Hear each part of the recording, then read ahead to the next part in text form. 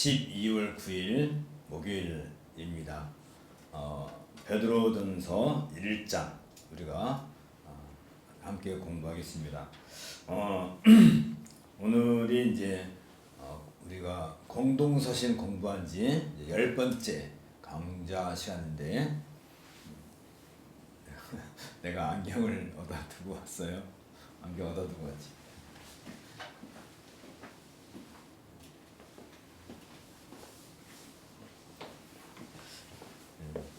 안경을 끼니까 더 미남으로 보이죠.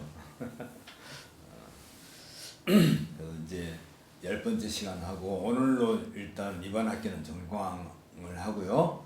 다음 학기에 베드로전서 2장부터 공부할 건데 어쨌든 오늘은 1장을 가지고 함께 공부하도록 하겠습니다. 함께 기도하겠습니다. 주께서 우리를 귀여워하시고 또 아름답게 양육시키시기 위하여서 늘 말씀으로 함께 하시고 가르쳐 주심을 감사합니다.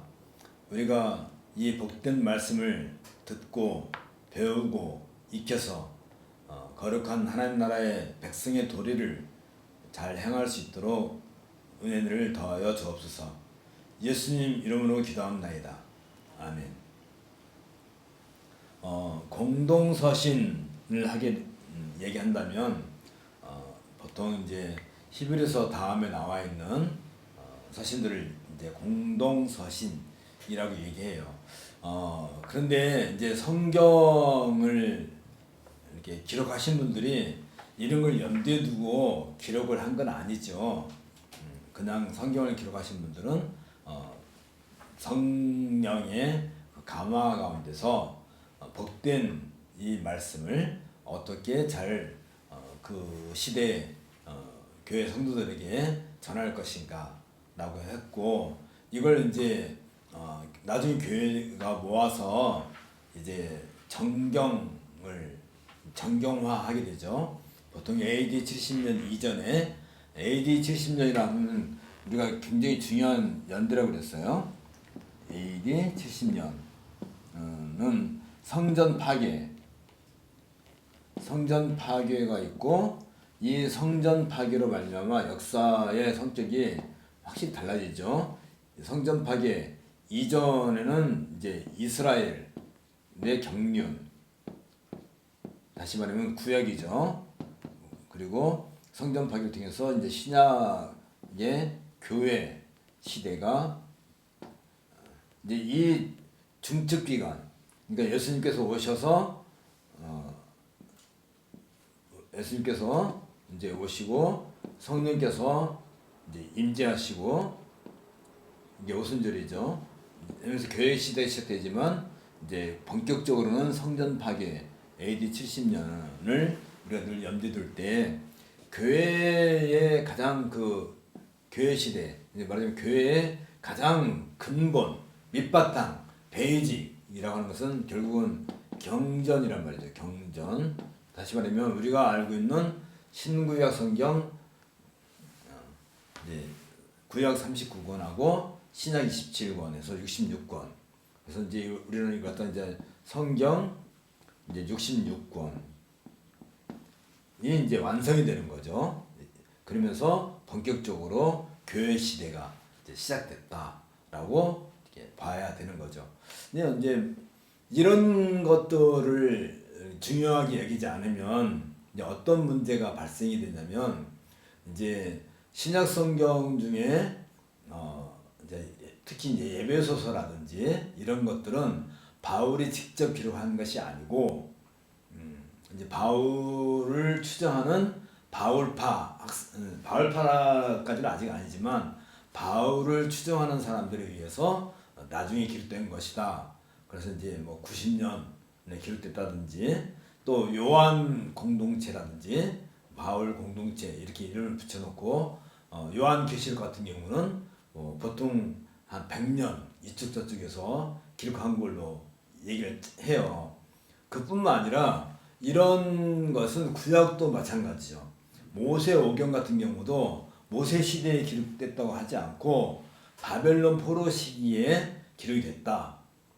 라는 식으로 얘기를 하는 거죠. 그래서 대부분의 구약 성경은 바벨론 포로 시기에 기록된 걸로, 이게 후기 기록서를 주장하는 이유가 다 뭐냐 하면, 그게 이제 주로 자유주의 신학을 추구하는 사람들이 다 이게 성경 기록년들을 훨씬 이후로 자꾸 잡는 이유가 뭐냐면, 성경은 이제 그 사람들 얘기예요. 성경은 인간의 저작물이다. 이걸 강조하려고 그러는 거예요. 성경은 인간의 저작물이야. 그러니까 성경 안에도 많은 그 모순이 있고 오류가 있고, 그러니까 우리는 이걸 제대로 잘 분석을 해서, 그래서 이제 물론 성경을 우리는 계시로 얘기하는 거잖아요. 계시. 우리가 계시하실 때는 무엇이에요? 하나님이 말씀하셨다. 이게 굉장히 중요한 내용으로 담겨 있는 거거든요. 계시라고 한다는 것은 하나님께서 말씀하셨다. 하나님이 가라사대 빛이 있으라 하시매 빛이 있었다. 말씀과 그 말씀에 해당되는 현재 그 어떤 그 실제, 말씀과 실제는 늘 같아야 되는 거죠. 그게 계시란 말이지. 계시는 했는데 그게 실제로 역사선상에서 이루어지지 않았다, 성취되지 않았다 한다면 그건 계시가 아닌 것이지. 그러니까 이런 걸 부정하고 싶은 거예요. 이 사람들이 하고 싶은 얘기는. 그러니까 성경은 인간의 저작물이고, 거기는 얼마든지 사람의 어떤 생각 같은 것이 거기 가미가 돼서 실제화는 좀 거리가 있는 어떤 종교적 어떤 성향, 이 종교적 성향을 다 빼버리면 뭐가 남아요? 말 그대로 계시만 남는다 이거지. 그 사람들 생각에는. 그래서 이제 복음서 같은 경우에서도 뭐 예수님이 물 위로 걸어갔다. 그건 종교적이다. 예수의 그 제자들이 예수님을 이렇게 신격화하려고 하다 보니까 물 위로 걸어갔고 뭐 죽은 사람을 살렸고 뭐 이런 것을 이렇게 가미를 한 거다. 왜요? 인간의 저작물이니까. 가미를 하다 보니까 그걸 빼자 해서 다 빼요. 다 빼고 남으니까 뭐가 남아? 예수님이 한 말은 이건 예수님이 했다고 그러는데 그건 뭐 뺄 수가 없는 거야. 복음서에서. 그럼 뭐가 남아요? 산산수훈 같은 것이 남는 거지. 너가 대접받고자 하면 그만큼 내가 대접을 하라. 이건 정말 예수님 말씀이야 라고 그 사람들은 얘기하고, 그걸 가르쳐서 뭐냐면 골든 룰, 황금 룰, 황금의 룰. 이건 내가 대접받고자 하는 대로 남을 대접하라. 이건 인류에게 주어진 최고의 메시지다. 이런 식으로 이제 성경을 해석하는 거예요. 그렇게 되니까 뭐 이 서신서라든지 뭐 이런 것에서도 이런 걸 다 빼고 싶은 거야. 쉽게 말하면 인간의 그 종교적 그 감성이 담겨 있는 것은 다 빼버리자. 다 빼고 남는 게 뭐가 남아? 기독교는 사랑이다. 내 이웃을 내 몸같이 사랑하라. 정말 기독교는 훌륭한 종교야. 이렇게 결론을 내리는 거예요. 기독교는 훌륭한 종교일까요? 기독교는 이런 종교가 아닌 거지. 인간의 어떤 종교심에서 우러나와서 만들어진 게 아닌 거지. 구약도 마찬가지인 거죠. 구약에 있는 성경 중에서도. 그래서 이제 구약 성경 같은 경우에도 뭐 그 사람들은 뭐 제2문서, 2문서, 뭐 P문서 뭐 이런 걸 자꾸 만드는 이유가 뭐냐면 각각의 종교적 성향을 가지고 있는 사람들이 그렇게 성경을 이렇게 가피를 했다. 그래서 오리지널 메시지를 찾자. 어떻게 생각하면 굉장히 그럴듯한 이론을 갖고 하는데 결국은 뭐예요? 내 안목으로 내가 갖고 있는 어떤 지식을 가지고 성경을 이해해 보겠다는 거거든요. 성경을 분해해서 분석을 해서 성경의 메시지가 도대체 뭐냐라고 해보는 거예요. 그래서 결국은 그 자유주의 학자들의 최종 결론은 항상 뭘로 나와요? 사랑이다. 사랑. 모든 성경은 사랑으로 통해요. 뭐 물론 좋은 말이에요. 뭐 사랑이라는 것이 나쁘다는 게 아니지. 그래서 이제 인간 예수를 출판한 것이 이제 슈바이처, 우리가 교과서에도 등장하죠. 슈바이처 박사에서 그 의사로서 아프리카 가가지고 그 사람 귀족 가문이고 음악 박사이기도 하고 굉장히 여유가 많은 분이지. 그러니까 이 사랑, 인간 예수를 따라서 신의 아들, 슈바이처에게 있어서 예수님은 메시아가 아니에요. 그냥 신의 아들이야. 그분의 그 정신, 사람을 위해서 내 이웃을 내 몸같이 사랑하라 하는 그런 사랑의 정신을 구현하기 위해서 아프리카의 오지에 가가지고 평생을 그렇게 헌신을 했지. 그건 좋고 나쁘고 뭐 그런 문제가 아니라 내가 좀 하고 싶은 것은 뭐냐면 계시의 큰 특성, 이 계시의 큰 특성, 다시 말하면 계시, 말씀, 하나님의 말씀, 이걸 기반으로 교회가 시작됐다 한다는 점에 있어서 AD 70년은 굉장히 중요한 의미를 가지고 있고, 그러니까 이 이전에 보통 이제 성경들이 다 기록되죠. 베드로 전서만 하더라도 AD 62년에 이제 야고보 사도가 예루살렘에서 순교를 하죠.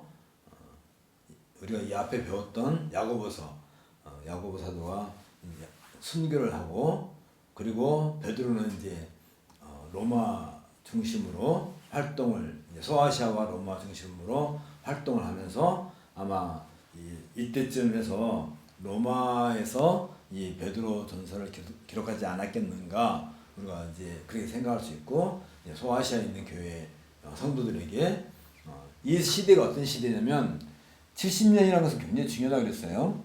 유대인들이, 그러니까 67년에 유대인들이 항쟁, 로마를 상대로 항쟁을 해가지고 로마 군대가 예루살렘 성을 포위를 해요. 그래서 이제 67년에 그 대로마 항쟁이 일어나게 되고, 그러니까 이때쯤에서 다시 말하면 보통 AD 이제 60년대 이때쯤에서 반로마 감정이 유대인들 사이에서 굉장히 많이 발전하게 되고, 사실은 그게 이미 이전부터 있어가지고 바울 사도가 예루살렘 성에서 유대인들한테 폭행을 당하고 그리고 가이사라 빌립보로 이렇게 감옥으로 가게 된 그런 배경도 보면 그런 게 굉장히 강해요. 그래서 이때쯤, 그러니까 요 기간에 유대주의가 아주 극성을 부릴 때예요. 요 기간이 유대주의가 극성을 부릴 때고, 그리고 사실 예루살렘 교회도 이 극성맞은 유대주의를 참 떨쳐버리기가 되게 힘들었어요, 사실은. 그래서 그 유대주의가 이때쯤에서 AD 60년경에 엄청나게 그 전 세계로 유대주의를 이렇게 전파하려고 애를 썼고, 그게 이제 결국은 이제 독립운동으로 67년에 독립운동으로 이렇게 발전이 되는 하나의 그런 기반을 만들게 되고, 그러는 가운데 기독교는 그동안 로마 사람들뿐만 아니라 로마 정부도 마찬가지고 일반 사람들도 생각할 때 유대교의 한 부류인가 보다, 유대교에서 나왔는가 보다 했는데, 유대교는요 역사선상에서 참 특이해요. 우리가 알다시피 바벨론 또 이때부터 이제 400년 이전에 올라가는 거야 지금. 바벨론에서 이제 포로에서 풀려났을 때 이제 페르시아 정부에서 이 유대인들만은 자기들의 신을 섬길 수 있는 특권을 줘요. 그래가지고 예루살렘을 이게 유대인을 가리켜서 신의 종족이다. 그 예루살렘을 가리켜서 신의 도성이다. 해서 모든 그 종교적인 특혜를 다 줘요. 그래서 국가에서 세금도 안 걷고 특히 전쟁이 그 당시에 많았는데 전쟁이 많다는 건 뭐예요? 남자들이 언제든지 군대로 이렇게 징집될 수 있는데 그런 것들 면제를 시켜줘요.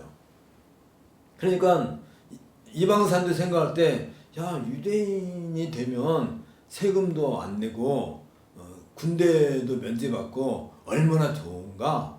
그래서 상당히 그 기간 동안에 예수님이 오시기 전에 한 400년 동안 그 기간 동안에 많은 사람들이 유대교로 귀화를 해요. 유대교 귀화할 때 하는 게 뭐예요? 할례. 꼭 할례를 해야만 유대인이니까.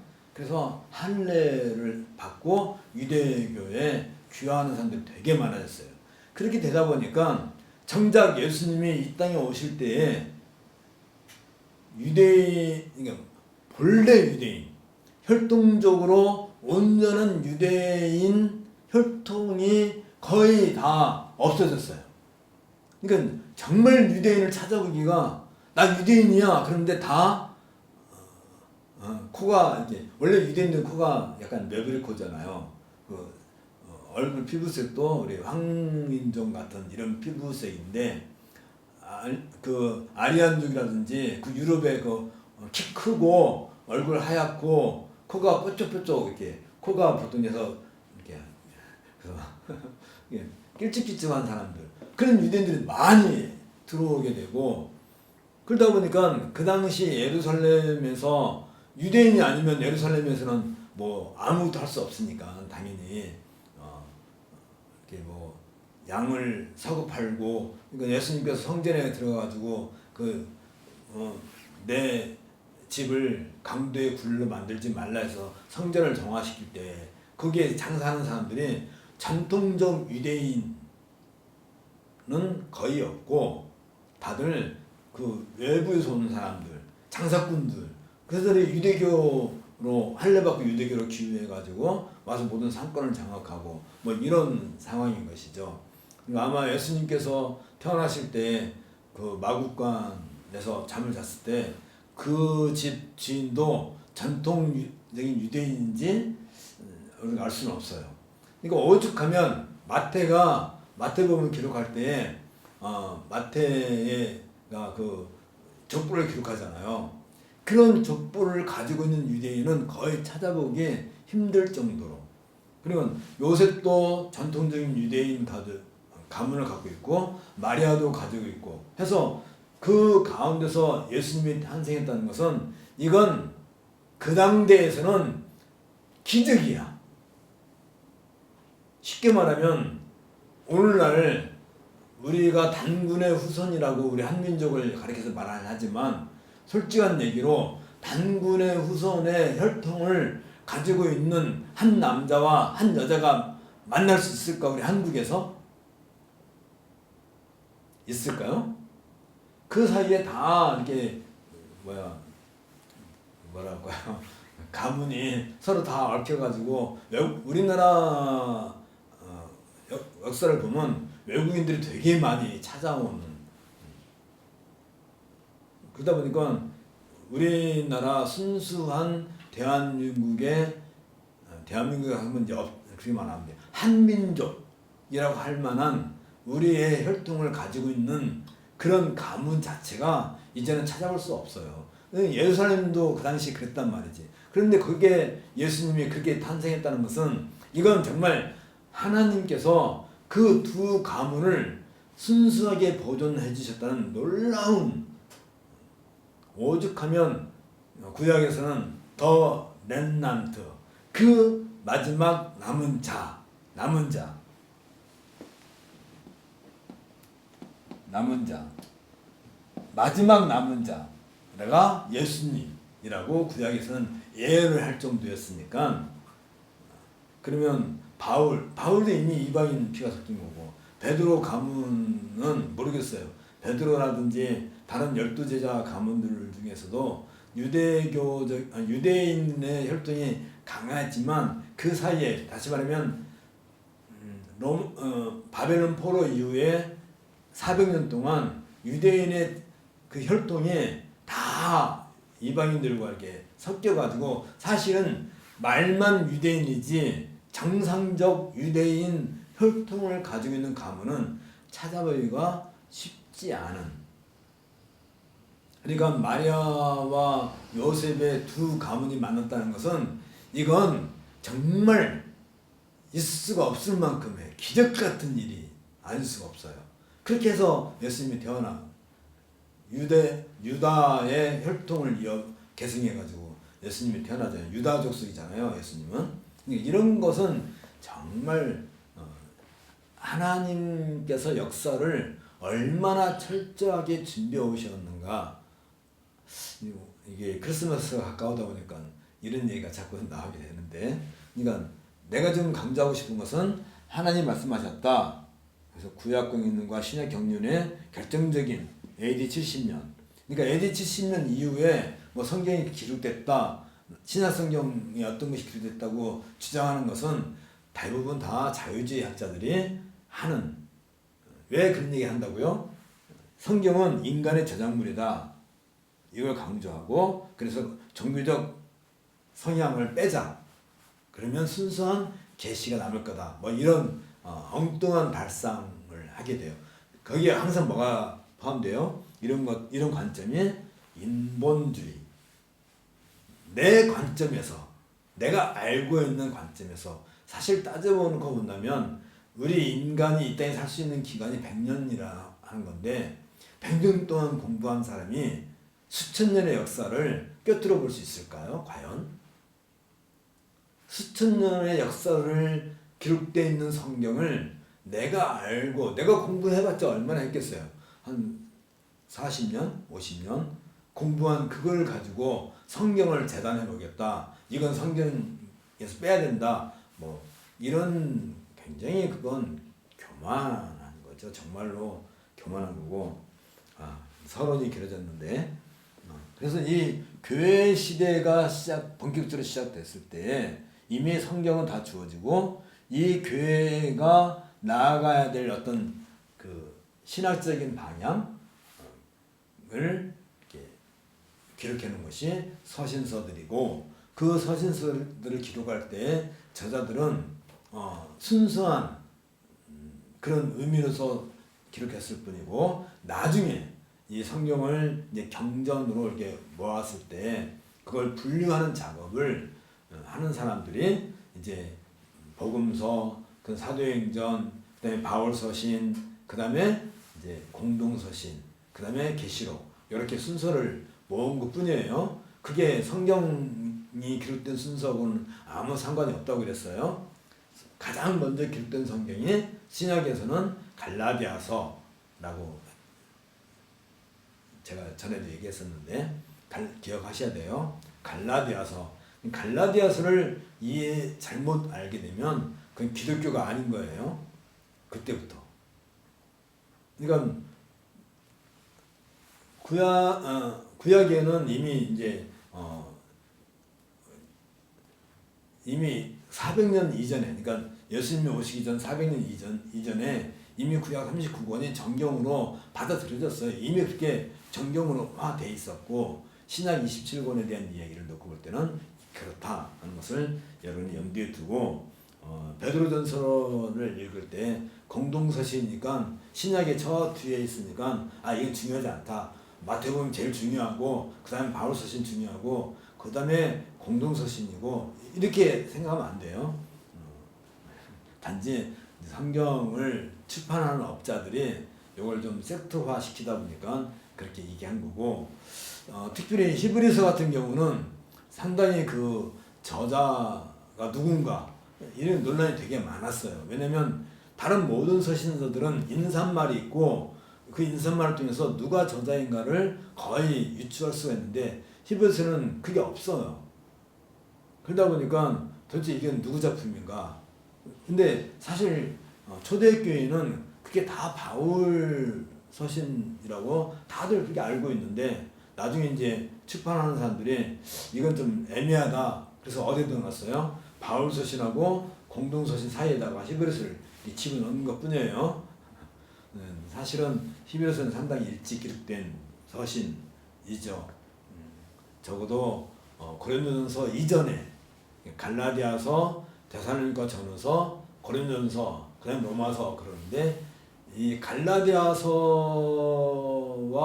가장 신학적인 성격이 강한 것이 히브리서고 갈라디아서와 히브리서를 조합해 놓은 것이 로마서고 이렇게 놓고 본다면 히브리서는 상당히 바울의 일찍 기록된 성경이다라고 우리가 생각해 볼 수 있겠고요. 어쨌든 교회 시대가 이제 본격적으로 시작될 때에 이 교회가 어떻게 어떤 신앙을 가져야 될 것인가 또 어떻게 살아야 될까 해서 지난번에 우리가 야고보서 기억나시죠? 야고보서는 특별히 이제 신앙, 다시 말하면 믿음을 얘기하는데 믿음에 뭐가 하다고요? 지혜. 그래서 이 믿음이 지혜와 더해져서 나오는 게 뭐예요? 행함. 이걸 가르쳐서 뭐라고 한다고요? 경건. 이게 이제 야고보서의 큰 틀이죠. 이런 틀 안에서 야고보서가 기록이 돼. 그러니까 이 지혜를 강조했다는 것 상당히 야고보서에서 우리가 중요하게 다뤘던 거고, 그 다음에 베드로 이 당시를 우리가 생각해 본다고 했어요. 지금 이 당시가 지금 이제 62년 이후에서 지금 70년을 향해 가고 유대교가 굉장히 막 그 뭐라 할까요? 기독교인들을 물론 바울 때도 물론 마찬가지였지만 그때는 이때는 더 심해져 가지고 기독교인들을 어떻게든지 유대교로 이렇게 끌고 할례만 받으면 되니까 그래서 곳곳에서 할례를 강조하고 너희가 바울한테 봐온 그 복음은 그건 잘못된 건 아니지만 그러나 한 가지 부족한 게 있다. 그게 뭐냐? 할례를 받아야 된다. 그래야 진짜 참 유대인이 된다. 참 이스라엘 된다. 뭐 이런 식으로 해가지고 그런 것들이 되게 많죠. 그래서 바울 서신에서는 그런 내용들이 되게 많아요. 바울 서신 전체적으로 놓고 볼 때. 그리고 늘 그들이 바울을 공격하는 것 중에 하나가 뭐냐면 바울은 사도가 아니지 않느냐. 그거죠. 바울은 12사도가 아니야. 근데 어떻게 바울한테 이렇게 푹 빠져서 요즘 말로 말하면 빠가 됐느냐 이거죠. 바울 빠가 돼서는 안 된다는 얘기죠. 그러면서 할례를 받으라 뭐 이런 것이 굉장히 강해지고 그러다 보니까 아니 그 로마 정부에서 볼 때는 아니 기독교가 유대교와 같은 건 줄 알았는데 이제 보니까 아니네 해서 자꾸 기독교에 대해서도 이제 조금 이제 기독교에 대해서도 이상한 눈초리를 갖게 되고 결정적으로 언제 그런 일이 생겨요? 64년 AD 64년에 아주 기괴한 그 네로라고 하는 로마 황제가 이제 물론 네로가 기독교인들을 핍박하려고 로마시를 불살르지는 않았을 거예요. 네로라고 하는 그 사람 자체가 굉장히 기이한 사람이고 그 사람은 진짜 예술가적인 그런 예술가들 가끔가다 한 번씩 이렇게 뭐 엇나갈 때가 많잖아요. 이렇게 그래서 자기 나름대로 로마를 아주 아름다운 도시로 요즘 말로 말하면 유럽식의 그 유럽식의 그 정원을 잘 갖춘 아주 멋있는 그게 이제 요즘에 유럽에 있는 도시들이 다 그 로마를 본떠서 그렇게 된 거잖아요. 뭐 그렇게 본떠서 된 게 아니라 사실 로마가 온 유럽을 점령하다 보니까 로마식의 그 도시를 곳곳에 세웠죠. 콜로세움, 큰 경기장이 있고 극장이 있고 그다음에 이제 관공서가 있고 그다음에 신전이 있고 그다음에 이제 이제 상가가 형성되고 그다음에 마을 주민이 살고 하는 이런 현대 도시국가의 기틀을 로마 네로가 그 시대에 이걸 만든 거예요. 그게 언제 64년에 그래서 이 로마를 불태워서 새로운 도시를 만들겠다는 그런 그게 정설인지 가설인지 뭐 우리는 잘 알 수 없지만 그런 사실은 역사를 돌이켜 보면 그렇게 되는 게 맞거든요. 그 네로에 의해서 온 로마가 불에 탔을 때 그 원성을 네로가 받을 수가 없으니까 받기 싫으니까 그걸 기독교인들한테 떠넘겨서 기독교도들이 불을 질렀다 뭐 이런 식으로 소문을 내가지고 기독교에 대한 엄청난 그런 박해가 뭐 그 당시 이루어지잖아요. 그러니까 이런 과정을 놓고 바울도 이때 이제 먼저 아마 베드로가 먼저 순교를 한 것 같고 그다음에 바울도 순교를 하게 되죠. 다 이때쯤이죠. 그러니까 이렇게 지금 반기독교적인 성향이 가면 갈수록 더 강해지는 그런 시국에서 이 야고보서라든지 베드로 전후서라든지 또 요한 1, 2, 3서라든지 심지어 요한 계시록 같은 경우는 바로 이제 이런 기독교에 대한 결정적인 핍박이 시작됐을 때 이제 요한이 반모서로 유대가 돼서 기록된 거잖아요. 그때만 하더라도 아직 성전이 파괴되진 않았을 때라는 것을 알 수 있는 거고 그렇다 한다면 다 이즈음이죠. 이때쯤. 그래서 지금 야고보에서는 믿음과 지혜를 근거한 행함 그게 경건이다. 경건은 다른 게 말하면 뭐예요? 경건. 하나님을 경배하는 거. 그게 우리의 삶이다. 하나님을 예비하는 것이 우리의 삶이다. 우리 신자의 삶은 하나님을 예비하기 위해서 있다. 이제 이 점을 강조하는데 그때의 지혜가 필요한 거지. 그래서 믿음과 행함을 같이 강조하게 되고 그러면서 하나님을 경배하는 것은 결국은 어디까지 가게 돼요? 그리스도의 오심을 예비하는 거다. 준비하는 거다. 이렇게 나가게 되는 거죠. 베드로는 이 믿음과 지혜, 행함 이걸 근거로 해가지고 여기에 무엇을 더하냐면 이제 같아요. 이게 이야기는 같은데 특별히 요게 야고보가 강조했던 것처럼 그리스도의 오심을 했는데 여기까지 가는데 이걸 소망. 그래서 믿음과 소망을 믿음에는 뭐가 항상 따라야 돼요? 지혜가 같이 와야 돼요. 그리고 거기는 항상 행함이 같이 와야 돼요. 믿음과 지혜 그 행함은 절대 이걸 구분할 수는 없어요. 구분해서는 안 되는 거지. 그래서 믿음이 먼저냐 행함이 먼저냐 이런 걸 따진다는 것은 멍청한 같이 가는 거지. 그걸 왜 따져요? 따질 게 없는 거지. 같이 가는 거고 거기에 특별히 이 베드로는 소망을 강조하는데 하나님을 경배하는 것이 우리 인생의 삶이라 한다면 여기에 물론 야고보서도 시련을 얘기했지만 바울 여기에 특별히 시련, 고난을 이유를 들어서 우리가 시련과 고난이 있어도 하나님을 경배하고 살아야 되는데 그러려면 그리스도의 오심에 우리의 소망, 초점을 맞추자. 이게 이제 베드로 전서의 큰 특성이라는 것을 우리가 지난 시간에 공부를 했습니다. 자, 그렇게 한다면 이제 1장에서 우리가 볼 수 있는 거, 이제 1장에서도 충분히 그런 내용을 살펴볼 수 있겠죠. 여기 101페이지 베드로전서도 야고보서에서 발견되는 것과 같은 그리스도인 디아스포라라는 개념을 사용하고 이 기독교인들은 하나님의 택함을 받은 백성이다. 하나님의 택함을 받은 백성이다. 누가? 성도들. 택함. 이 택함이라는 말은 항상 구약으로 넘어가야 되죠. 어디서 나와요?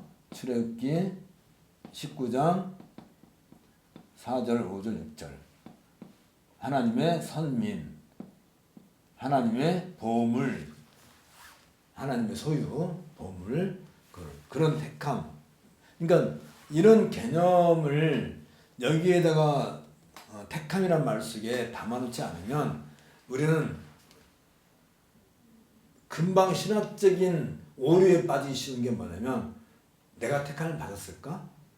너는 택함을 받은 거야? 뭐 이렇게 이런 쪽으로 그게 아니라니까요.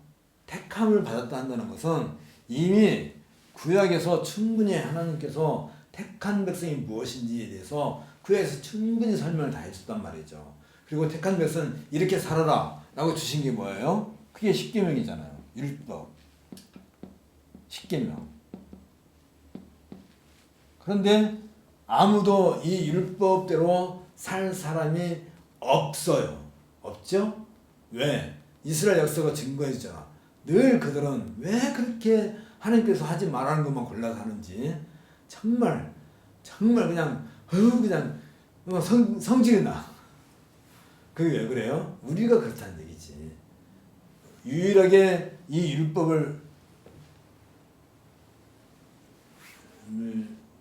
율법의 그 가르침을 따라 산 분은 예수 그리스도밖에 없는 거죠. 사실은 아주 뭐 또 다른 얘기고, 택함이라는 것은 그런 쪽에서 이야기가 돼야 되는 거지. 나 택함을 받았을까? 내가 언제 구원받았지? 이런 생각하는 것 자체가 아직은 이런 신학적인 성경의 가르침을 제대로 이해하지 못하기 때문에 그런 얘기 나오는 거예요. 오히려 베드로는 택함 받은 백성을 하나님이 디아스포라 하셨다. 디아스포라가 뿌리셨다. 이게 농부들이 이제 봄에 씨를 뿌릴 때 씨 있잖아요. 씨앗을 하나씩 가서 땅에다가 이렇게 꽂고 이렇게 꽂고 이렇게 꽂고 하나요? 농부들이 씨를 뿌릴 때 그렇게 하나요? 어떻게 해요? 그냥 뿌리잖아요. 이렇게 이만 바구니에 끼고 씨앗을 적당한 한 반 주먹 정도 들어가지고 축 뿌리고 가지. 아니 그 씨앗을 언제 하나씩 뿌리는 이유가 뭐예요? 적당히 하고 나중에 솎아내면 되잖아요. 솎아내는 거야. 그러니까 디아스포라라고 하는 것을 베드로는 어떻게 했냐면 예루살렘이라든지 어떤 일정한 곳에다가 한 곳에다가 이렇게 모아놓은 것이 아니고 하나님께서 전 세계로 그 백성들을 뿌렸다.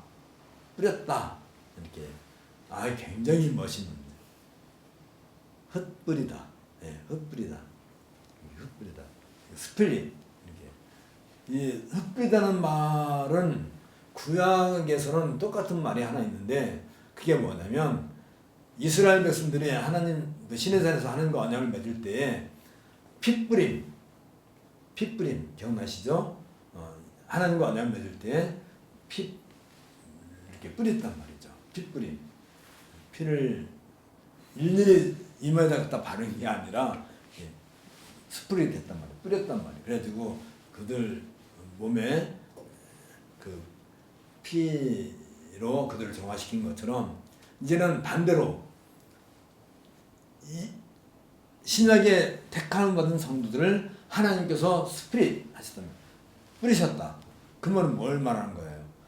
그들이 가서 뿌리는 곳마다 거기에 뭐가 생기는 거예요? 교회가 생기는 거지. 그러니까 세상을 정화시키는 하나의 과정일 수도 있는 거예요. 하나님께서 그런 방식을 택하신 거지.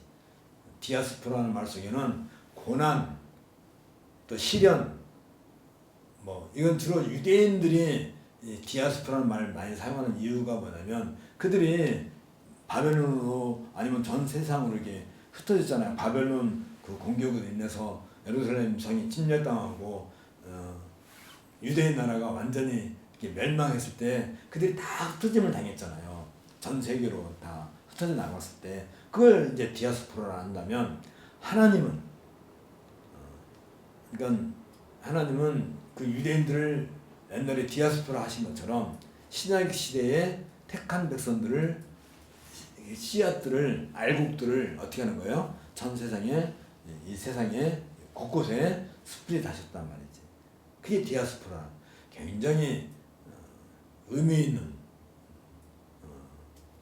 그래.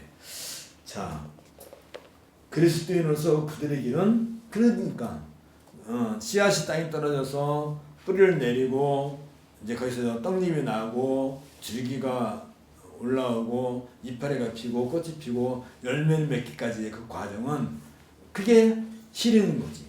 그게 고난인 거고.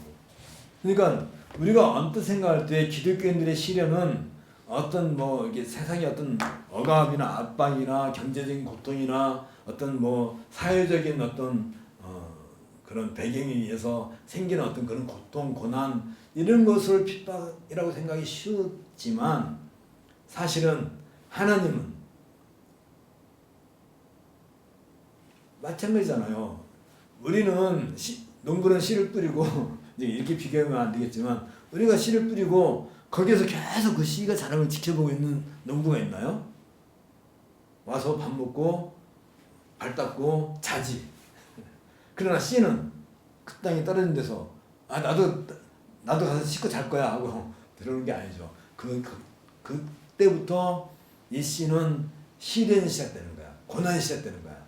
뿌리를 내려야 되고 햇빛을 받아서 그 햇빛이 영양분을 광합성할 수도 있지만 또 다른 면에서는 너무 강하면 타 죽기도 하잖아요. 타 죽기도 하는 거지 쉽게 말하면. 그러면서 병충해와 싸워야 되고 벌레와 싸워야 되고 세상에 우리 카페에 여기 권사님이 이쁜 이게 뭐지? 이게 뭐지? 이게 좀 원래는 굉장히 풍성했었어요. 근데 여기에 벌레가 들어오는 거야. 애벌레가 세상에 이 이파리가 색깔이 똑같아가지고 애벌레가 다 갉아먹을 때가 몰랐던 거지.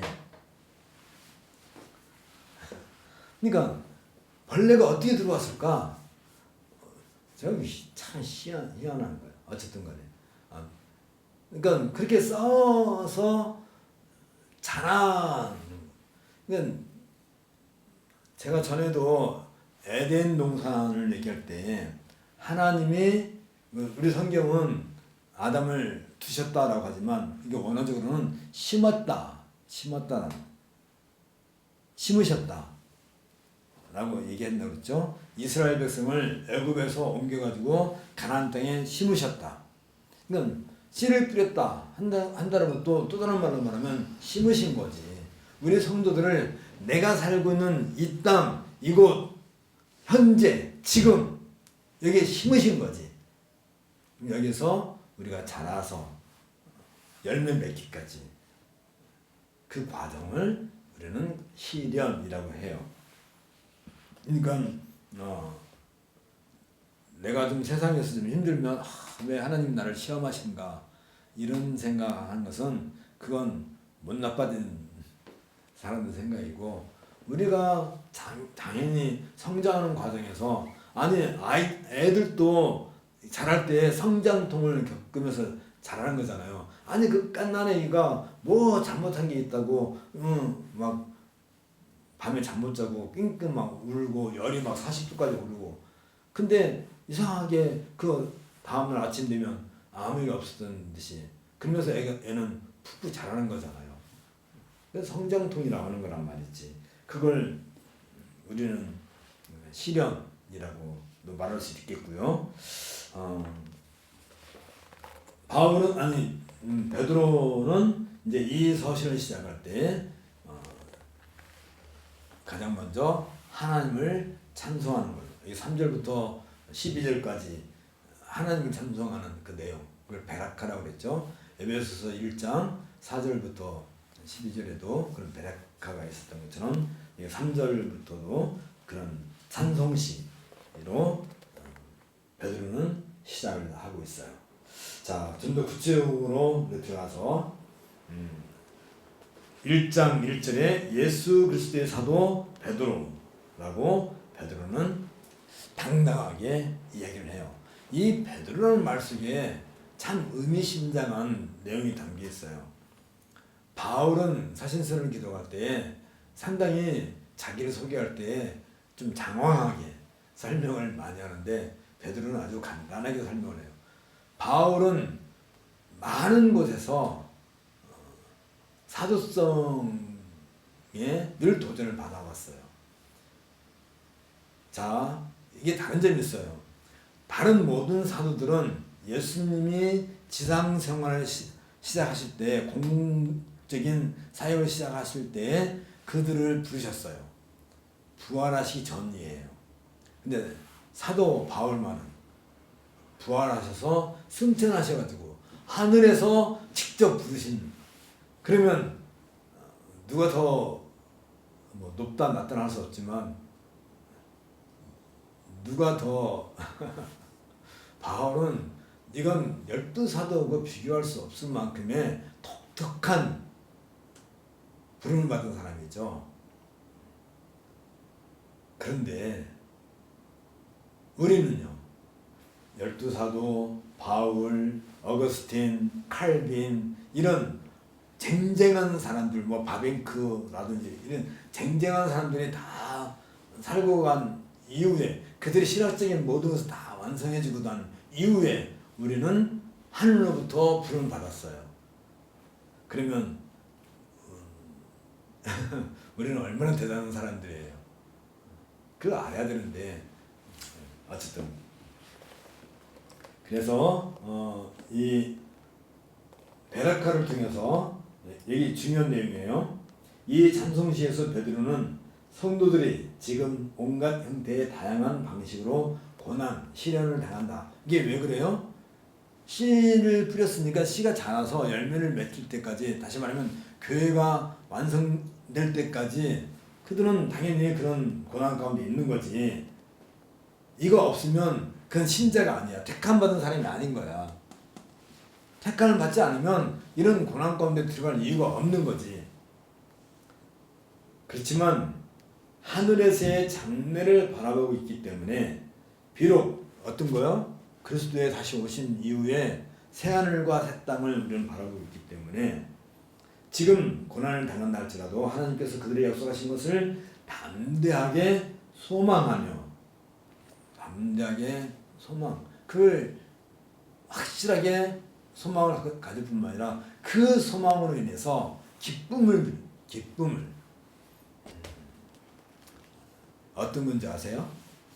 어렸을 때 소풍 가기 전에 그 떨림, 엄마 이제 소풍 며칠 남았어? 3일 남았어. 아 그래? 다음날 엄마 이제 며칠 남았어? 왜 묻을까? 애들이 자꾸 소풍 간다는 왜 기다리는, 소풍 날짜를 기다리는. 그리고 뭔가 사실 소풍 가는데 요즘은 다 버스 타고, 대절된 버스 타고 가지만 그때는 걸어 다녔잖아요. 우리 어렸을 때는 얼마나 걷기 힘든데도 불구하고 그날을 막상 소풍 날 가봤자 하는 일이 뭐예요? 실컷 걸어가가지고 그 도시락 하나 까먹고, 그리고 게임 좀 하고 그냥 집에 오는 거잖아. 그게 얼마나 대단한 거겠어요. 공부 안 하는 재미로. 다시 말하면 우리가 이 새하늘과 새 땅에 왔을 때는 더 이상 성장할 필요가 없어요. 성장할 필요가 없다는 것은 더 이상 고난이나 시련이 이제 없는 거야. 공부 안 해도 돼. 그때는. 지금은 이렇게 공부를 해야 되잖아요. 이것도 시련 중에 하나야. 공부하지 않으면 안 되니까. 이거 공부를 해야 되잖아요. 그러나 그날에 오면 우리는 더 이상 공부하지 않아도 오죽하면 하나님을 아는 지식이 온 세상에 가득하다. 하나님을 아는 지식으로 온 세상이 가득할 때까지 우리는 그래서 공부를 해야 되겠지. 그래서 그걸 기뻐하고 즐거워하는 것. 과연 우리가 그날을 그렇게 소망하고 있을까요? 우리가 어렸을 때 소풍 가는 날을 이렇게 기다리듯이 예수님이 다시 오신 날을 그렇게 떨리는 마음으로 어린아이 같은 심정으로 그날을 우리가 바라보고 있을까? 그러기에 우리는 너무 현실적이야. 우리는 너무 이기적이고 너무 이해타산적이야. 매일매일 뭘 먹을까, 뭘 마실까, 뭘 입을까, 또 누구는 어떻게 해야 될까, 누구를 만나서 어떻게 해야 될까. 우리는 너무 현실에 빠져서 그걸 잊어버려. 내일 모레 소풍 가야 된다니까요. 왜 소풍 가는 날 잊어버리고 오늘 난리를 피고 있는 말이지. 내일 소풍 가는 날인데. 그 말하니까 또 생각나네. 제가 초등학교 5학년 때 이제 제가 그때는 일에 살 때고 부여로 이제 수학여행을 가게 되는데 그때 이제 아버지가 좀 형편이 안 좋으실 때라서 그 수학여행비를 이제 못 냈어요. 못 내는데 어린 마음에 그렇게 가고 싶은 거야. 너무너무 가고 싶어가지고 이제 그냥 다 돈을 냈는데 나만 못 내니까 선생님이 영찬아 이따 저녁에까지 가져오면 돼. 근데 사실 그게요. 나중에 커서 알았는데 학생이 60명이면 60명을 다 안 거도 돼요. 쉽게 말하면. 그쵸? 알잖아요. 우리가 나중에 커서 알잖아요. 근데 어렸을 때 누가 그런 거 아나 모르니까 집에 가서 울고 때를 썼어요. 얼마나 울고 때를 썼는지 엄마가 어디서 어머니가 돈을 빌렸는지 어쩌는지 이렇게 줘서 그 돈을 받는 순간에 너무 기뻐가지고 선생님 집까지 뛰어갔어요. 막 뛰어가가지고 당당하게 선생님 하고 막 문을 두드리고 여기 수학여행비 갖고 왔다고. 지금 생각하면 얼마나 부모님 마음을 아프게 했을까. 그때는 그걸 몰랐지. 소풍 간다는 그 즐거움 하나 때문에 부모님 마음이 찢어지든 말든지 막 울고 때를 써가지고. 그런데 집에 딱 오니까 소풍 가라고 어디서 또 돈을 준비하시는지 모르지만 눈물 날라고.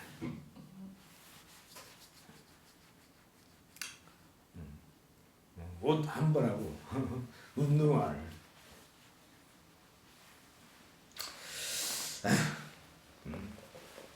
불효망심하지.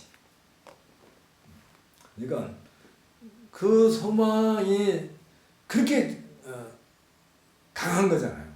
그러니까 우리가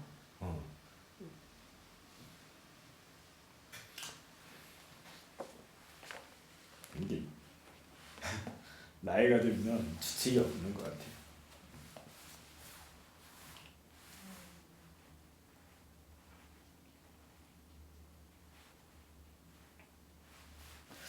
공부합시다. 공부를 해야지.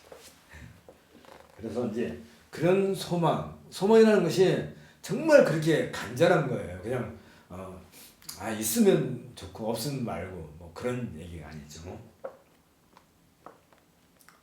그래서 이제 베드로는 이제 자기 자신을 기꺼이 사도 베드로라 하고 베드로 얘기하다가 베드로는 특별한 이름을 가지고 있어요. 베드로 이름 속에는 예수님께서 음부의 권세가 이기지 못할 것이다 라고 하는 그 베드로 이름 속에 베드로 이름 뜻이 반석이죠. 반석. 음부의 권세가 이기지 못할 것이다. 교회가 이 반석 위에 서 있는 거죠. 그러니까 교회는 어떤 일에서든지 그 음부의 권세가 감히 넘볼 수 없는 그런 자리에 있다는 것을 상징하고 베드로 이름은 원래 게바예요. 게바 뜻이 반석이야. 바위 똑같은 말이에요. 게바인데 베드로라고 하는 것은 이제 헬라식 이름이고 게바는 히브리식 이름인데 베드로는 헬라식 이름을 쓰는 것이 훨씬 그 당시에는 이렇게 널리 알려진 이름이지. 게바 그러면 게바가 무슨 뜻이야? 그게 뭐야? 개뻑떡이야? 이제 우리말로 말하면 그렇게 될지 모르지만 베드로는 그 당시에는 아주 널리 알려진 이름이니까. 또 원래 시몬의 가문이잖아요. 베드로가 속해 있는 가문인데 자기 가문도 아니고 히브리식 이름도 아닌 베드로 이름을 쓴 것은 모든 사람들이 누가 해도 정겨운 그런 의미를 갖고 있다. 또 알다시피 베드로는 교회의 기초가 될 뿐만 아니라 모든 사도 중에서도 가장 사도다운 그런 위치에 있다 보니까 사도 베드로와 요한은 특별히 참 교회의 가장 기본이 되는 거죠.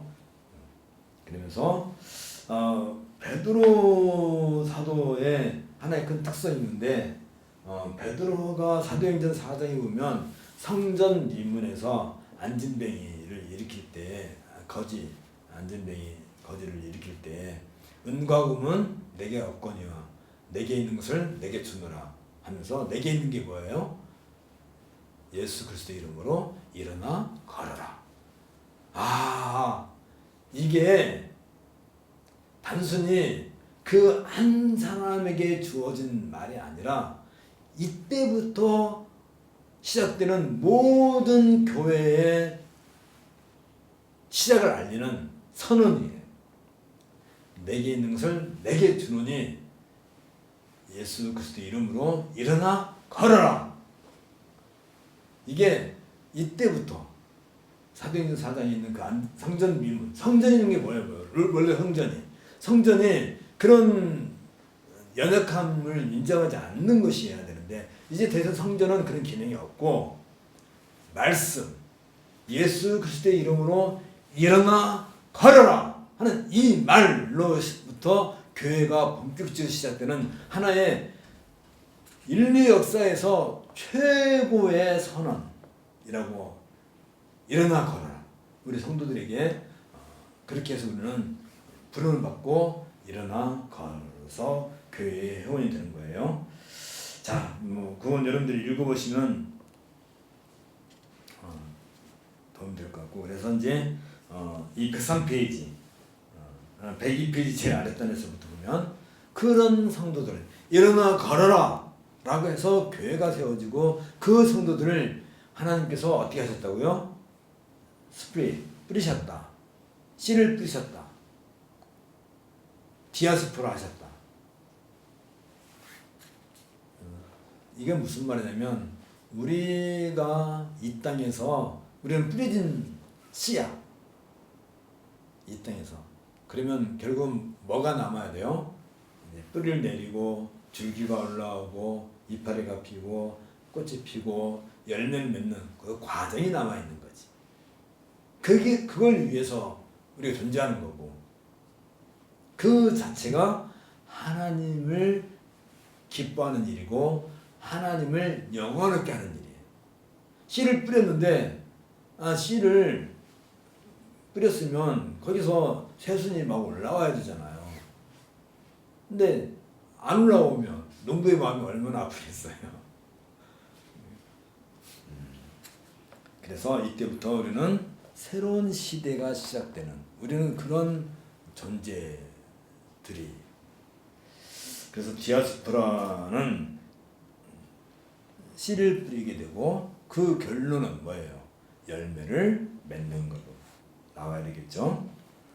철저하게 하나님의 손에 의해서 열매가 맺어지는 그런 그걸 우리는 소망하고 사는 거예요. 그런 것을 소망할 때 거기에 그럼으로써 우리는 가장 결국 우리가 흩어져 사는 사람들이지만 그러나 우리에게는 최고의 소망이 담겨 있다.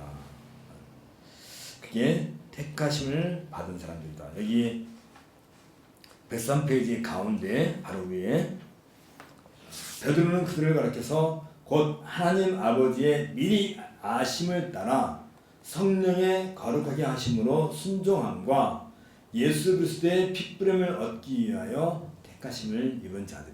핏부림이란 말이 여기서 또 나오죠. 디아스포라, 예수 그리스도의 핏부림. 이게 이미지와 가치관, 상당히 문학적인 그런 내용을 우리가 볼 수 있습니다. 그래서 하나님의 택함을 받은 백성이 됐다는 것은 하나님께서 교회를 탄생시킴에 있어서 주도적인 역할을 하셨다 하는 의미에서 말하는 그런 내용이 있고요. 그 다음에 그들의 성품을 하나님께서 하나님의 백성이 되도록 적합하게 만들기 위해서 성령의 거룩하게 하심을 통해서 성령께서 그들을 거룩하게 하신 거룩이란 말에 대해서도 우리가 수없이 여러 번 공부했어요. 거룩이 뭐예요? 구별시켰단 말이에요. 구별시켰다. 우리를 세상과 구별된. 그러니까 씨를 뿌릴 때 뭐 아무데나 막 뿌리는 거 아니죠. 적어도 그 씨가 자랄 수 있게끔 이미 어떤 나름대로 구획을 정해놓고 씨를 뿌리는 것처럼 우리는 그렇게 씨를 뿌리지 그냥 너가 아무데나 가서 뭐 너 잘하고 싶은데 자라서 뭐 열매를 맺어라 그건 아닌 거예요. 그렇죠? 그래서 그 다음에 그들로 하여금 무엇을 위해서 순종은 뭐예요? 그 믿음과 지혜와 행함 이게 경건인데 이 경건은 늘 소망을 기본으로 갖고 있는데 여기에는 하나님을 경배하는 것을 그 삶을 이게 다 하나죠. 이것에 대해서 순종하는 거지. 인간의 저작물은 아니라 이런 것을 순종.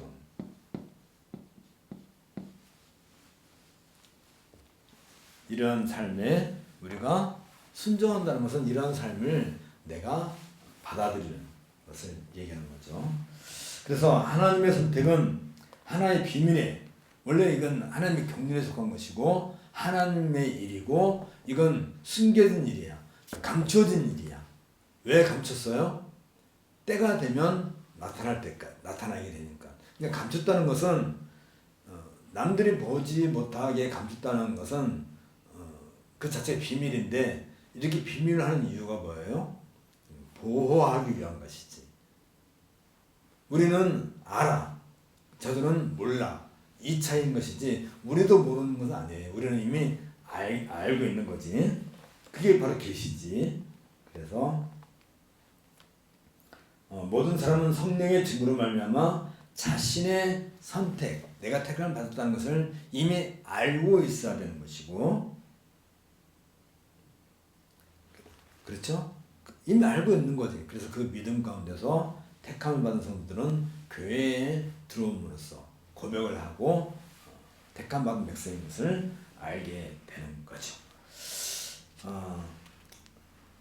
그들을 향해서 베드로는 은혜와 평강이 너에게 있을지어다. 이 말은 우리가 바울 서신에서도 여러 번 공부했으니까 지나갑시다. 그래서 이제 삼위일체 하나님에 대한 교회의 감사찬송 이제 104페이지부터 이 말은 우리가 굉장히 중요한 베라카죠. 중요한 것이지.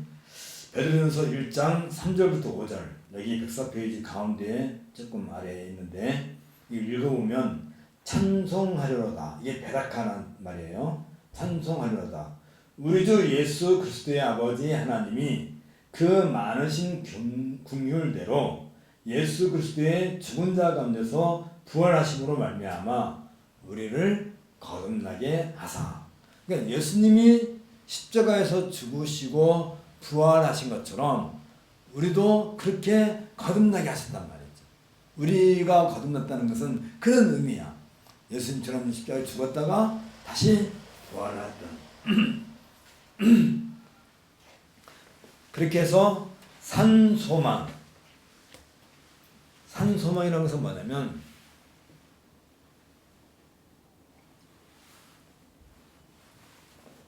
아까 말한 이 소망인데 이게 living hope, living 살아있는 living hope 소망. living 하면 딱 떠오르는 게 있어야 되죠. 아담을 하나님께서 지으셨을 때 아담 그 자체는 살아있는 성년이에요. 뭐 말도 하고 듣고 보고 뭐 행동할 수 있는 그런 사람인데 그 아담이 흙으로 지음을 받았다 했을 때 인형이 아니란 말이에요. 인형같이 만들어 놓고 하나님을 숨을 불어넣으시니까 그가 산 영이 된 게 아니라 아담을 지었을 때 이미 그는 살아있는 우리와 똑같은 사람인데 거기에 하나님께서 뭘 했어요? Living soul. 하나님께서 breathing, 이렇게 숨을 불어넣어 주셔서 생명이 됐다는 것은 짐승과 다른 그런 사람이 됐다. 다시 말하면 우리에게 산 소망을 주신 것은 그런 살아있는 소망, 그냥 썩어 없어질 그런 소망이 아니라 살아있는, 결코 여기 나오죠, 자세하게 썩지 않고 더럽지 않고 쇠하지 아니하는 기업, 새하늘과 새 땅에서 우리가 누릴 기업을 갖는 것인데 그걸 산 소망이라 한단 말이에요.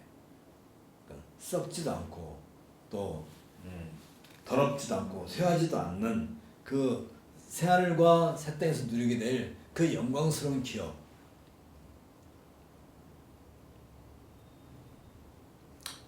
산 소망은 바로 그런 소망이죠. 너희를 위하여 하늘에 간직하신 것이라. 너희가 말세에 나타내기로 예비하신 구원을 얻기 위하여 믿음으로 말미암아.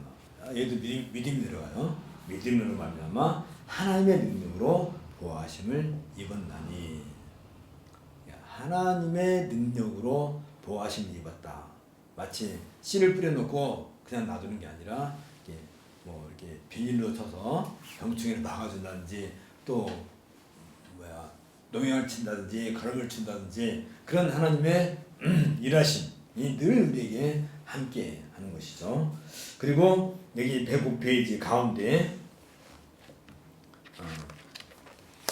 이에 베드로는 여기 이제 6절 7절이죠. 그러므로 너희가 이제 여러 가지 시험을 인하여 잠깐 근심하게 되지 않을 수 없었으나 오히려 크게 기뻐하도다.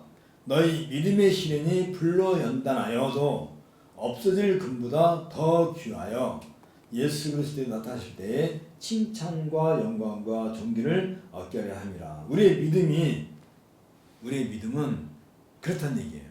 근데 우리의 믿음은 어떤 믿음이냐면 불로 연단하여서 금을 재련할 때 철광석에서 금광석에서 금을 재련할 때 불로 다 태우잖아요. 다 태워서 불순물 없애고 금만 남는데 그게 너무 뜨거우면 그 금도 다 날아가요. 그렇죠? 이건 여러분들이 이제 금을 사고 팔 때 이제 그런 일 있죠. 내가 금을 한 돈에 15만 원을 샀어. 예를 들면 샀어요. 그럼 팔 때는 15만 원 다 받아요? 12만 원이나 받지. 그럼 왜 그래요? 근데 그거는 가공비도 있지만 그 금 세공할 때요 강한 불로 이렇게 금을 이렇게 다스리잖아요. 금을 할 때 금이 날아간대요. 일부가. 그러니까 한 돈을 가공하면 조금씩 다 없어지는 거야. 근데 그게 어디에 쌓이는 줄 알아요? 그 금 세공하는 사람들 밑바닥에 바닥에 그 사람들은 카페트를 깔아놔요. 카페트, 싸구려 카페트를. 그게 공중으로 날아갔다가 무거우니까 바닥에 있어가지고 그게 한 이제 1년이나 6개월 정도 이렇게 시간이 되면 그 카페트만 따로 사가는 사람이 있어요. 그것만. 그래서 그 카페트를 가져가서 다시 뭘 어떻게 하는지 모르지만 거기서 다시 금을 또 모은대요. 그러니까 그 뜨거운 불 속에서 금이 만들어지긴 하지만 그 중에 일부분은 날아가 버리는 거예요. 근데 너무 뜨거우면 그 금까지 다 이제 다 분해가 되겠지. 근데 우리의 믿음은 그렇게 뜨거운 불 가운데서도 우리의 믿음은 전혀 없어지지 않고 전혀 분해되지도 않고 전혀 날아가지도 않고 그 믿음이야. 우리의 믿음은 불로 연단한다. 그 연단한다는 말은 도끼 모자라는 그 말인데 시험한다는 말과도 같아요.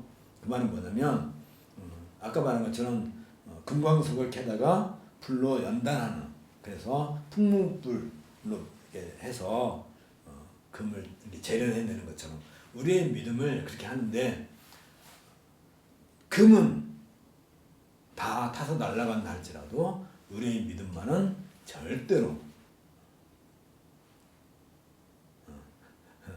남아있, 언제 남아있다. 이게 참 놀라워. 어떻게 이런 말 썼을까? 그래서 예수 그리스도에 나타났을 때에 칭찬과 영광과 존귀를 얻게 하는. 그리고 이제 그 밑에 8절 9절 넘어갑시다. 거기 예수를 너희가 보지 못하였으나, 사실 우리가 예수님을 본 적 없죠. 사랑하는도다. 그러나 우리는 그 예수님을 사랑하는데 이제도 보지 못하나 믿고 말할 수 없는 영광스러운 즐거움으로 기뻐하니 믿음의 결국이 뭐라고요? 결론이 뭐라고요? 곧 영광의 구원. 받은 거예요? 아니면 받을 거예요? 받은 거죠. 받은 거라. 받음이라. 이건 이미, 그러나 아직 아닌, 그런 의미로서 믿음을 얘기해야 돼요. 구원을 얘기해야 돼요. 우리의 믿음은 이미 구원을 받았어요. 그러나 아직 아닌, 어떤 면에서 우리가 영광스러운 그 구원의 완성에 이르기까지는 아직 아닌 것이지. 그래서 10절 11절에서 이 구원에 대하여는 너에게 임할 은혜를 예언하던 선지자들이 연구하고 부지런히 살펴서 자기 속에 계신 그리스도의 영이 그 받으실 고난과 후에 얻으실 영광을 미리 증거하여 어느 시 어떠한 때를 지시하는지 상관해. 이미 이런 것은 구약과 신약에서 이미 충분히 다뤄진 이야기다 라고 얘기하고 되고, 여기 106페이지 베드로전서 1장 12절에서 이 섬긴 바가 자기를 위한 것이 아니고, 말하자면 그 선지자들이 열심히 상고하는 것이 섬긴 거지. 우리를 위해서. 자기를 위한 것이 아니요 너희를 위한 것이니 계시로 알게 되었으니. 그래서 그들이, 선지자들이 부지런히 상고해서 연구하는 것을 기록하는 게 뭐예요? 구약 성경이지. 그것이 누구를 위해서 봉사하는 거예요? 바로 우리를 위해서 봉사하는 것이고, 이것은 하늘로부터 보내신 성령을 힘입어. 이 짧은 글에서 베드로는 엄청난 일을 다 하고 있는 거예요.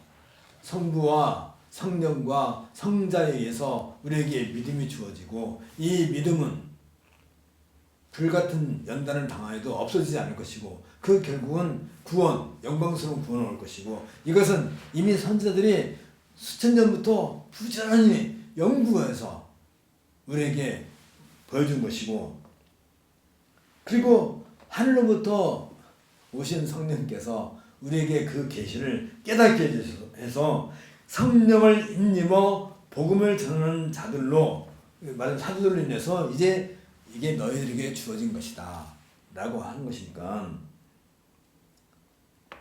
그리고 심지어 천사들도 그걸 바라보고 어떻게 저 이광수 권사에게 이게 구원이 임하게 되지? 어떻게 저 최상남 집사에게 이 구원이 이루어지지? 이런 것들을 천사들이 지금 바라보고 기뻐하고 즐거워하고 박수치고 있다. 우리를 보고. 참 이런 참 대단한 거죠.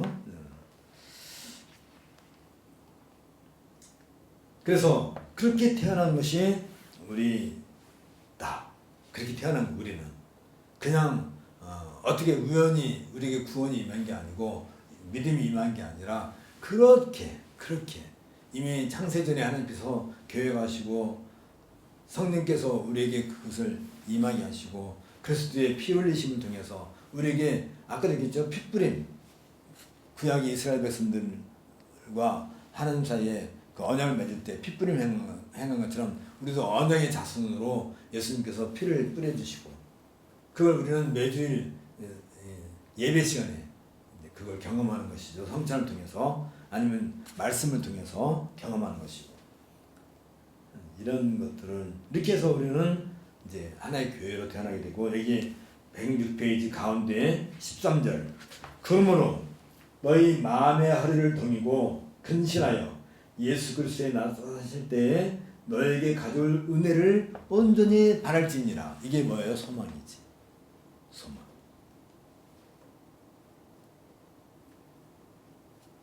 마음을 근신하라. 근심이 아니에요. 근심은 진짜 사람을 쇠약하게 하지만 근신하는 것은 나를 참는 거야. 인내하는 거지.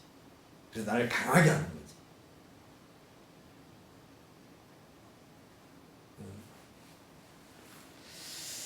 옛날에 이제 옛날 사람들은 옷이 통옷이죠. 통짜로 짠 옷이니까 허리를 이렇게 매야 옷이 땅에 끌리지 않는 것처럼 우리들도 마음에 그런 허리띠를 메고 뭘 바라본다고요? 그리스도의 오심을 바라보는. 그게 지금 우리 교회가 해야 될 일이죠. 우리 교회는 이미 그런 구원 가운데 있고 그 영광 가운데 있고 우리가 그걸 지금 즐거워하는, 소풍 날을 내일 놔두고 오늘 즐거워하는 것처럼 주님이 내일 오실 것을 우리는 기뻐하는 마음으로 오늘 기꺼이 이 고난을 참고 그리고 하나님을 경배하는 경건의 삶을 오늘 살아내는 거예요. 내일 종말이 온다 할지라도 내일 예수님이 오시는 것을 우리는 기뻐한 즐거워. 그리고 이제는 그렇게 살아가는 것을 뭐라고 한다고요? 그게 성화의 과정이다. 그래서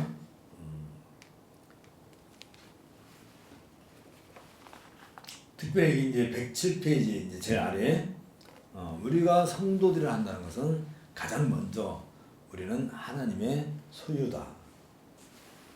그래서 하나님이 온 세상과 구별되신 것처럼 거룩하신 것처럼 우리를 또 그러한 삶을 살아야 되는 거죠. 당연한 것이지. 거룩이라는 것이 뭐예요? 거룩, 구별되는 거예요. 세상 사람들이 뿌리를 내리고 가치관 속에서 그들이 살아가는 그걸 우리가 똑같이 따라가는 게 아니라 우리는 하늘의 소망을 두고 하늘의 뿌리를 두고 근거를 두고 그런 것에 대해서 우리가 특별히 이제 바울은 우리가 방종하지 말라고 하나님을 가르쳐서 심판자라고 말씀을 해요. 심판자. 하나님은 누구를 대할 때 너가 목사기 때문에, 너가 장로기 때문에, 너가 권사기 때문에, 집사기 때문에 봐주시는 법이 없어요. 그건 아무 상관이 없어요. 하나님은 한 사람 한 사람 대할 때 똑같은 기준으로 대하세요. 예수 그리스도의 핏부림을 받았는지 안 받았는지, 그걸 믿음으로 순종했는지 거역했는지. 그래서 우리 각 사람은 하나님의 앞에 나올 때 거룩한 두려움인데 그냥 무서운 옛날 아담이 무서워서 숨은 그런 두려움이 아니라 우리는 당대한 두려움, 거룩한 두려움, 앙스트라고 독일어로는 앙스트라고 하는데 우리 영어로는 fear, 경건이라는 말이죠. 결국은 같은 말인데 경배한다는 말인데 우리는 늘 하나님 앞에서 그러한 성도로 살아가야. 그래서 오늘 공부는 다 된 것 같고 여기 109페이지 가운데 바로 위에 베드로전서 1장 22절 23절 우리가 봐야 되는데 22절에 너희가 진리를 순종함으로 너희 영혼을 깨끗하게 하여. 우리가 우리 영혼을 깨끗하게 씻는 것은 진리는 뭐예요? 말씀. 아까 지워버렸네. 말씀 계시를 통해서 하나님을 바르게 아는 것이지. 거짓이 없이 형제를 사랑하기에 이르렀으니 마음으로 뜨겁게 피차 사랑하라. 이 사랑은 아까 그 이 자유주의자들이 말하는 그런 인류애적인 사랑이 아니라, 그것도 굉장히 고상한 거죠. 이 세상에서는 뭐 굉장히 고상한 사랑인데, 우리는 그게 아니라 진리의 영이신 성령께서 우리를 그리스도에게 이끌고 하나님을 아는 지식으로 풍성해진 만큼 거짓 없이 피차 형제를 사랑하는 것, 그게 율법의 완성인 것이죠. 그래서 그 결과가 뭐야? 여기 23절에 너희가 거듭난 것이, 중생한 것이 썩어질 씨로 된 것이 아니요 썩지 아니할 씨로 된 것이니 하나님의 살아있고 항상 있는 말씀으로 되었느니라. 그리고 제일 밑에 그러므로 24절 25절 모든 육체는 풀과 같고 그 모든 영광이 풀의 꽃과 같으니 풀은 마르고 꽃은 떨어지되 오직 주의 말씀은 세세토록 있도다 하였으니 너에게 전한 복음이 곧 이 말씀이라 하고 이제 정말 그러니까 우리가 받은 복음은 썩지 않은 말씀의 씨, 그걸 내가 어디서 가져온 게 아니에요. 하나님께서 심으셨어. 우리 안에 주신 거예요. 그래서 우리가 그런 말씀, 이 말씀의 내용은 우리가 얘기한 것처럼 이런 내용을 가지고 있을 때 그게 참된 믿음으로, 참된 경건으로, 참된 소망으로, 그리고 그런 열정 가운데서 우리가 사랑을, 거짓 없는 사랑, 인류적인 그냥 그런 사랑이 아니라 이런 참된 사랑으로서 우리가 성도로 살아가는, 그럴 때 좀 어렵고 마음 아픈 일이 있어도 기꺼이 참아내는 참 그런 모습으로 우리가 올 겨울 잘 넘기고 내년 봄에 이제 2장 베드로전서 2장 공부할 때 다시 만납시다. 그러니까 그때까지 우리는 이런 마음으로 이 세상을 살아내는데 생명은요, 생명은 우리가 알잖아요. 뭐 씨를 뿌려봐서 알고, 이게 길가에 자라는 것을 봐도 알고, 아니 그냥 아기를 보면 알잖아. 아기를 보면 아기가 태어났는데 그 핏덩이가 아니 얘가 어떻게 살 건가, 우리는 알 수가 없는데 어느 날 무럭무럭 자라가지고 아니 언제 갑자기 엎어지더만 기고 기름 같더만 일어서더만 이제 걸어다니고 애들 보면 알잖아. 손주들 보면 알잖아요. 내 자식 키울 때는 키우느라고 힘들어서 못 봤는데 이제 손주들 보니까 그게 눈에 속에 걱정을 하잖아. 얘는 왜 안 뒤집지? 혹시 뭐가 바보 혹시 뭐가 잘못된 거 아니야? 근데 어느 날 갑자기 엎어지고 기고 걸어다니고, 요즘은 이제 걸어다니는 것이 이제 걱정이야. 차라리 그냥 엄마 뱃속에 있는 게 더 편해. 걸어다니면서 맨날 그냥 말씀만 피고 또 다칠까봐 이제 모서리에 부딪히면 다칠까봐 이제 그게 염려가 돼. 뛰지 마. 언젠가는 못 걸을까봐 걱정했는데 이제 막 애한테 막 뛰지 말라고 이제 오히려 걱정하는.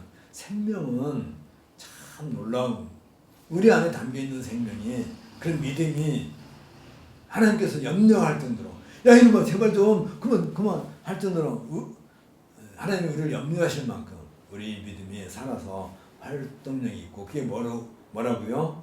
피차 사랑하는 것으로 증거가 된다고 그랬죠. 그런 게서 영원한 이 하나님 말씀 가운데서 우리가 새로운 삶을 힘차게 살아내고 이제 다음 학기 때 봅시다. 기도하겠습니다.